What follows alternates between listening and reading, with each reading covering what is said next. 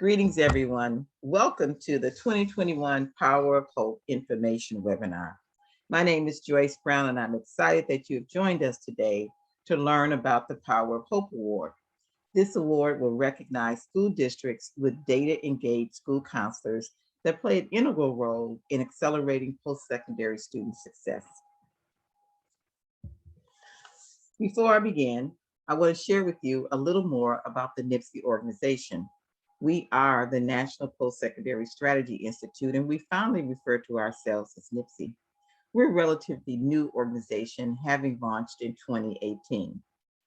Through our work, we support school districts and other college access organizations to solve problems of practice by devising organizational strategies to close attainment gaps around a framework of leadership, data strategy, and school counselor engagement. The NIPSI model of leadership, a data strategy, and school counselor engagement is rooted in the work that the NIPSI partners, Greg Darniter, who you'll hear from shortly, Kelly Sparks, and myself, all worked and to create when we established the Department of College and Career Readiness within the Chicago Public Schools. We helped to develop numerous strategies to improve post-secondary outcomes from 2003 to 2009, and these improvements continue today. Since beginning the work of supporting school districts, the NIPSI team has supported over 300 school districts, and they have reported significant post-secondary outcomes based upon the NIPSI framework. Greg focuses on our pillar of leadership, Kelly focuses on data strategies, and I enter the space of school counseling. In 2008, our former superintendent, Arnie Duncan, appointed Greg Darniter as his senior advisor for post-secondary initiatives within the Department of Education. And they carried with them many of the strategies we developed in Chicago. We have been thrilled to engage with many national leaders to strengthen school counseling and college advising, and we are even more excited to partner with Reach Higher to present the Power of Hope Award. I have been fortunate enough to serve as an advisor to the White House Reach Higher team and help plan 5 national convenings, all focused on strengthening school counseling and college advising. The NIPSI team is simply thrilled to support the vision of Reach Higher and to amplify the work of school counselors across the nation.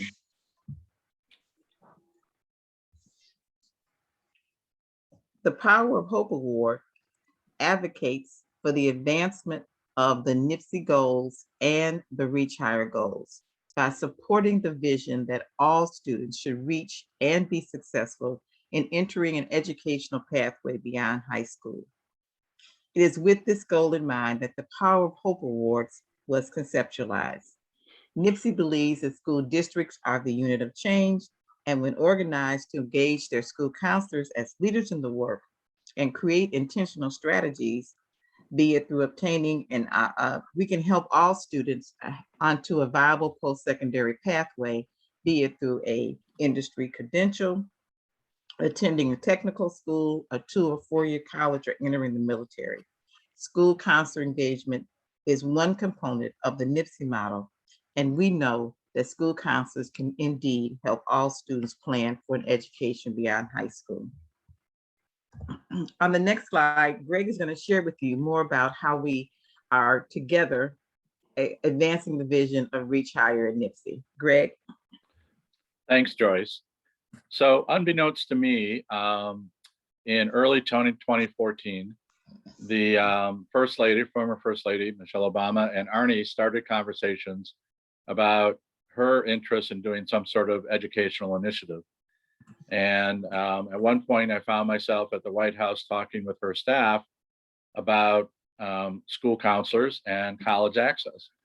And little did I know that that would eventually lead to the Reach Higher initiative, which is formed around 4 pillars. The first one is exposure of students to college and career opportunities.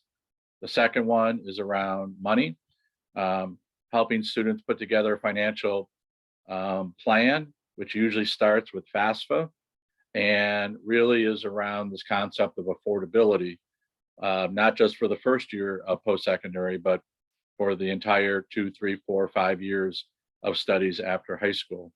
The third element is around academic planning and especially utilizing the summer months for learning and exposure to careers and internships and the such. And the fourth pillar is around school counselors. So the first three are around students, but the fourth one is around school counselors being at the core and at the essence within our school districts in terms of reaching all students, not just the top performing students, but all students, and directing them, advising them, and helping open up opportunities for them in terms of their interests and skills and abilities and the such. We can go to the next slide. So this is the essence of Reach Higher. And to this day, we can go to the next slide, Joyce. The relationship between NIPSI and Reach Higher continues, and we are absolutely thrilled about that. So where did the term Power of Hope come from? Well, it comes from the very last speech that Michelle made at the Counselor of the Year Award in January, before she and Barack left the White House. And throughout that speech, she both challenges school counselors and students around this concept of hope. And so this is just one of the quotes that we pulled from her speech. The belief that something better is always possible if you're willing to work for it and fight for it, that we strive to instill in all children, especially across districts with large percentages of low-income minority students. And so this is a challenge to the school counselors to reach all students, and particularly, again, those who are in under-resourced situations, whether in urban districts or in rural districts. So back to you, Joyce. Thanks, Greg.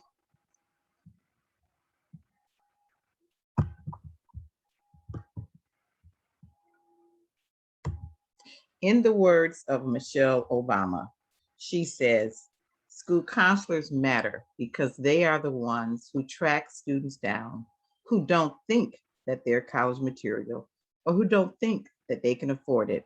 And they shake them up and they tell them, hey, you have what it takes. I believe in you. Now fill out those FAFSA forms and sign up for those AP classes. Get started on those college essays. This is why we're thrilled with the Power of Hope Awards, because we do know that counselors have an integral role in this work, and we want to recognize them. Now we want to take you through an overview of the application process. Greg will start us off with a discussion about the eligibility guidelines. Thanks, Joyce. So real quickly, once again, the first criteria is that your district has to have 50% or greater percentage of free and reduced students. The second one is that school counselors are data-driven decision makers. And you'll hear us in a second talk about a number of research-based college and career data points. But the first one we're particularly interested in is FAFSA and FAFSA completion for seniors. But you will see a list in a second of about 20 additional data points, which we will ask you to select 2 of them to give to us in your application. The third one is that there is demonstrated evidence that a college and career organizational structure has been or is in the process of being established. So we're particularly interested in grades 6 through 12. Some of your districts actually might be pushing that structured college and career strategy back to kindergarten. When we were at Chicago Public Schools, all the elementary schools in the district had signs like college starts in kindergarten, that sort of thing. But we're particularly interested in 6th through 12th grade. And Joyce will talk about that in a second. You must submit evidence of significant increase in FAFSA completion rates over 2 of the last 3 school years. So we are well aware of the impact of the pandemic, but we are also aware that in a number of districts that we're able to increase or at least hold steady on their FAFSA completion numbers for their seniors.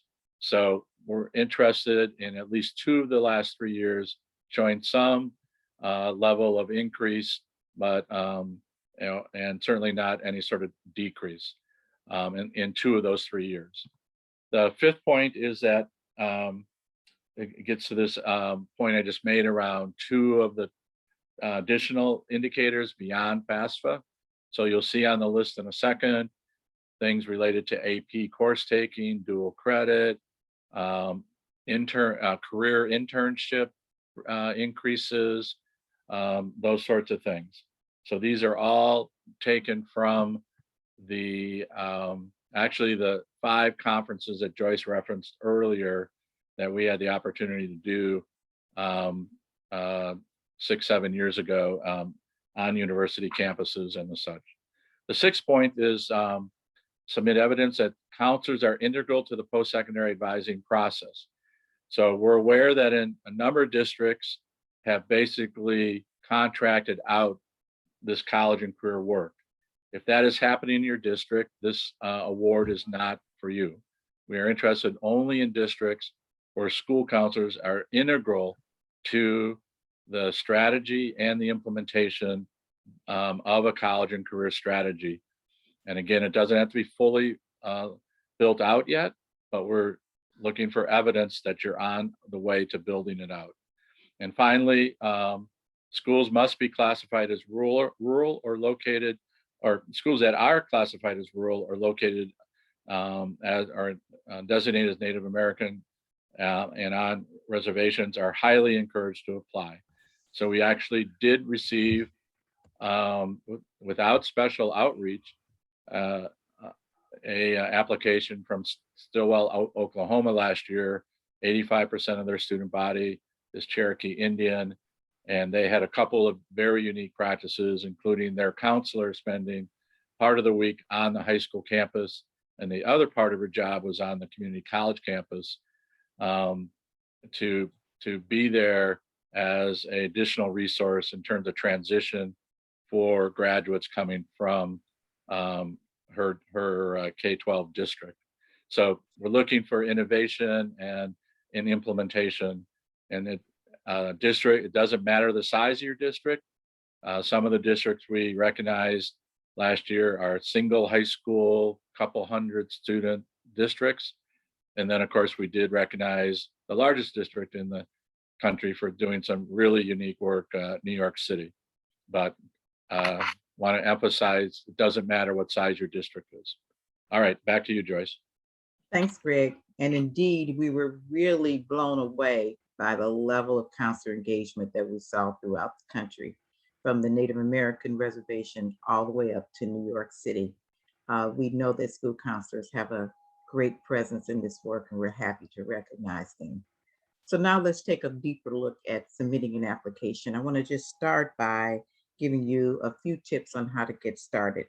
One important thing to remember is that the application must be submitted, must be completed in one session. So before you begin, be sure to gather all the pertinent information. You will not be able to save your answers and then go back to them. So we want to emphasize that you should have all of the things ready, all of the information at the ready as you begin this process, because you will not be able to save your answers.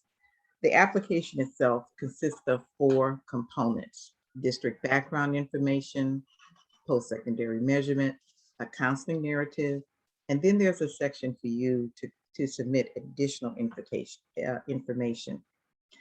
The application itself will take about 20 minutes to complete, so do plan to complete it in one setting. Let's start with section 1, district background information. On the screen, you will see all of the elements that we want you to submit on this part 1 of the application: school district name, the mailing address, email name and phone number of the contact person, the district student population size, those who are qualifying for free and reduced lunch, the grade served by the district, the number of seniors, the number of counselors, and how your counselors are organized to serve all students across all grade levels. Again, have this information ready. In section 2, you will have to submit the FAFSA completion data. Greg, can you take this part, please? Sure. So as I mentioned earlier, we're looking for FAFSA completion rates for school year 2018-19, school year 2019-20, and school year 2021. And it's just basic information, number of seniors, FAFSA completion rate, and the data source. If you are in need of a data source, the Federal Student Aid at the Department of Education has developed a number of years ago a weekly update of FAFSA complete applications started and FAFSA applications completed for every high school in the country. So if you don't see your high school on that list, you can reach out to us, and we will put you in touch with the person who's responsible for keeping that list up to date at the department. We can go to the next slide. So as I mentioned, then we are also looking for you to select 2 other indicators from the list that we just showed you. And again, we're looking for indicator increases for 2 of the last 3 years. And so it's the same school years, 18-19, 19-20, and 20-21. And just to give us the your data, and again, what data source you use to calculate that, because we will go in with the semifinalists and verify the data sources and the accuracy of your information. So again, these indicators will be part of the application, and you'll see in the second column near the end things like employment rates and earnings. And the very last point, the percentage of counselors earning advanced degrees. So you might have staff that are continuing in school to earn additional credentials and the such. And so that could be one of the criteria. But you'll see in the first column things like 9th graders passing algebra, or the number of students going on college visits, those sorts of things. So highlight your work, and it's time to show off to us what you're doing. All right, you want to pass it back, Thanks, Joyce? Rick. Yeah. And so this next section is the counseling narrative, and there's 5 parts in this section. But we want to begin by saying that the districts who apply for this award must have certified school counselors. We know that there are many people working in the counseling sector that are doing the work, but they don't have the credentials. But this particular award, we want the districts to have credentialed and licensed school counselors. So there are 5 components, and please note that each of the components has a word count that you must stay within this word count designation as you give us your descriptions. In section A, we want you to briefly describe how counselors have been engaged in increasing FAFSA plus the 2 other data indicators, and that's 100 words for each section. In section B, you should describe the strategies that school counselors are implementing at each grade level, or in the process of developing at each grade level. There will be a 250 word count for each of those sections. Greg mentioned earlier that we're particularly interested in grade 6 through 12. We don't think this work of post-secondary advising should start in grade 12. So we're interested in districts who have strategies beginning at each grade level. And some of our winners last year had kindergarten and pre-kindergarten, college and career readiness strategies. Very exciting work. In part 3 of the counseling narrative, section C will ask you to list 5 specific college and career activities and practices that are being led by your school counselors. There's a 50-word limit on this section. In section D, we ask you to describe the college and career readiness organizational structures for your district. Specifically, how are counselors organized? What is their role in this work? And then in section E, it's an optional response. You don't have to feel compelled to do this section E, but if you have some collaborative partners that you want to mention that support school counselor post-secondary implementation activities, such as higher ed institutions, college access organizations, nonprofits, and maybe the business community, you could mention it in section E of the application. And then finally, in part 4, this section is where you should feel free to share any other information about the strategies and metrics that your district is using to support post-secondary attainment goals. And this section has a 250 word count. Now, the application deadlines, you just want to go back over this and the announcement, how winners will be announced. The application period is open now. It will close on December the 17th. The winners will be announced at our National Post-Secondary Strategy Institute virtual conference in March. All applications must be submitted by 11:59 Central Standard Time on December the 17th. Remember, this is an online application, and so this is Central Time at 11:59. The application will close, and you will not be able to add any information after that point.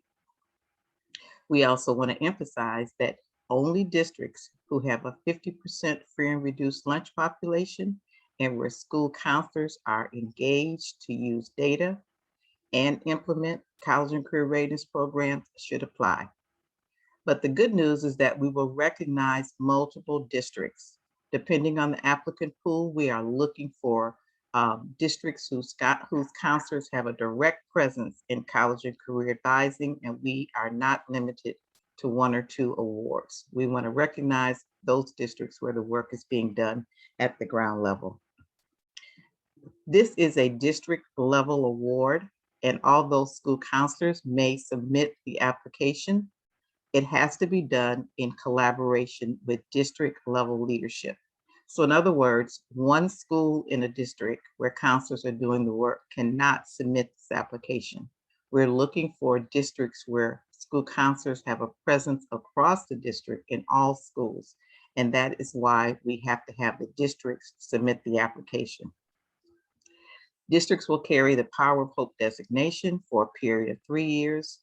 And the winning teams will have engagement with the NIPSE framework and process as we work with networks and other opportunities across the nation to engage with a NIPSE team as a Power of Hope winner. To receive information about our national conference, please refer to nipse.org. So that is the overview of the application process. And we really hope that you will join us at the National Conference to hear more about the winners of the Power of Hope Award. They will be presented there at that time. It was very exciting last year because the awards, the awardees are not told until the conference. So it's a surprise to everyone. The conference this year is focused on a theme of career and college, both and, not either or. We want to talk about how you build a believe culture to help every student reach higher. Please register at nipse.org. The conference is from March the 1st through the 4th, and again, it's virtual. Lastly, we want to announce that you will have the opportunity to meet our fabulous 8 Power of Hope winners. They will present a winners webinar on Wednesday, November the 17th, 12:30 to 1:30 Central Time. And you can go to nipse.org to register for this powerful webinar where you will meet practitioners who are serving students at the ground level, helping them to reach higher into post-secondary pathways, because we want all students to have an opportunity for a credential that is more than a high school diploma. Well, it's been great talking to you all, and thanks for listening to us. If you have any follow-up questions, please do reach out to our operations manager, Amanda Mitchell, and this is the contact information on the screen. If you have any questions as you begin to complete the application process, do reach out and we will for sure get back to you. It's been our pleasure communicating this opportunity for this Power of Hope Award. Have a great day and see you soon.